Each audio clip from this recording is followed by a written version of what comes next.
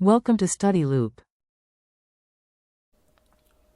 Hi everybody, thanks for joining me today. What we're looking at right now is a problem that deals with work and kinetic energy. What we have is we have a block shown here with an M that is connected to a spring with spring shown in a cable and that is connected to spring B. We're given the mass of the block, the spring constants which are the same at 2 kilonewtons a meter, and we're asked to find the velocity when the block has been released from rest and has moved down 50 millimeters, and also the maximum velocity of the block. So the first thing we're going to do, as with any problem, is draw a free body diagram, and we're going to draw a free body diagram of the block. So we have the block here, we have the weight force acting down, and we have two spring forces acting on it. We have spring force of Fa, which is pushing up from the bottom, and we also have the spring force Fb, which is pulling it from the top. Now I know we have a cable that is attached to this spring and the block, but due to Newton's third law and forces that are equal to each other, that are equal and opposite, we can forego the tension and just say that tension is equal to the spring force, which is what we have done here. We are going to consider the down direction our positive, since we're assuming that is the direction that the block first moves in. So using our kinetic energy and work relations, we know that the initial kinetic energy is 0 because the system is starting from rest, and we know that T2 is simply 1/2 mv squared, and that is the kinetic energy of the block. So what we're going to do now is we are going to develop an expression for our work. So work from 1 to 2, there are three forces at play here. So the first is the weight, which is acting in the direction of motion, so that is going to be positive work. So we're just going to call that W times XA. Then we have the negative work due to the spring, spring A. So that's 1/2 Ka XA squared. And then we have negative work from the other spring as well. That is 1/2 Ka x b squared. Now we know that the distance XA is equal, we know that the distance XB is equal to XA over 2. So by plugging that known information in, we get an expression for the work as WXA minus 1/2 Ka XA squared minus 1/2 Kb XA over 2 squared. Remember that we know that Ka and Kb are the same, so from here on out I'm just going to refer to this as K. So utilizing this equation, remember that we are asked to find the velocity of the block when it is moved down 50 millimeters. So our XA in this case is 50 millimeters. Plugging this in to this equation above, remember we know the mass is 10 kilograms, so we know the weight.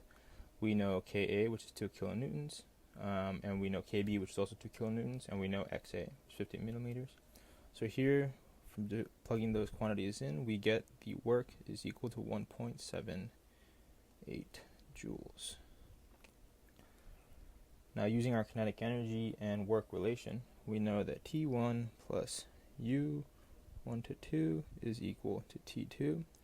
The system is starting from rest, so T1 is equal to 0. So we just have U12 is equal to T2, which we know is equal to 1/2 mv squared. Solving for V, we get 2 times U1 to 2 all over the mass, and the square root is equal to our answer, and our final answer is 0.56 meters per second. 0.59 meters per second. And that's our final answer.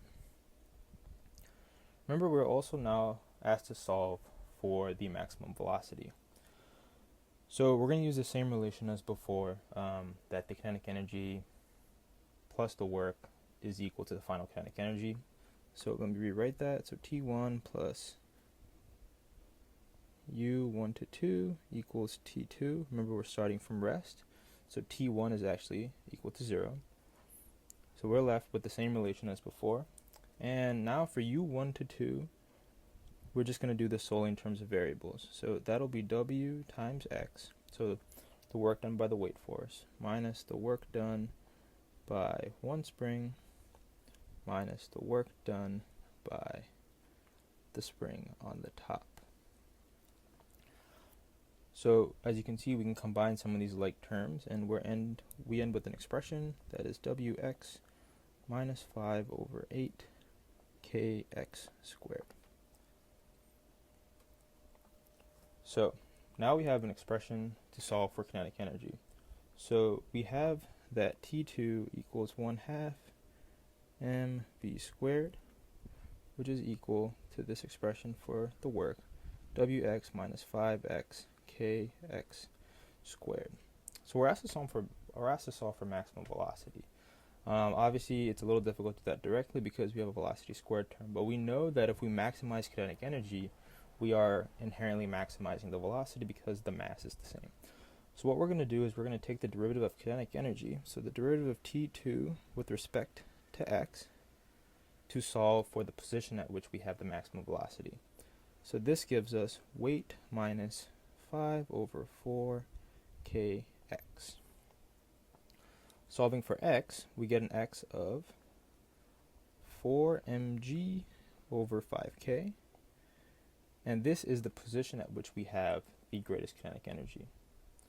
So using this x value that we have here, we can plug this into the equation for kinetic energy and work to solve for our velocity. So recalling our kinetic energy relation, we have 1/2 mv squared equals Wx minus 5 over 8 kx squared. Now if we plug in this x for everywhere that we see x, we get a relation that we can solve for, and we can solve for v. So plugging those values in, we solve for v max to be 0.62 meters per second. And that is our final answer.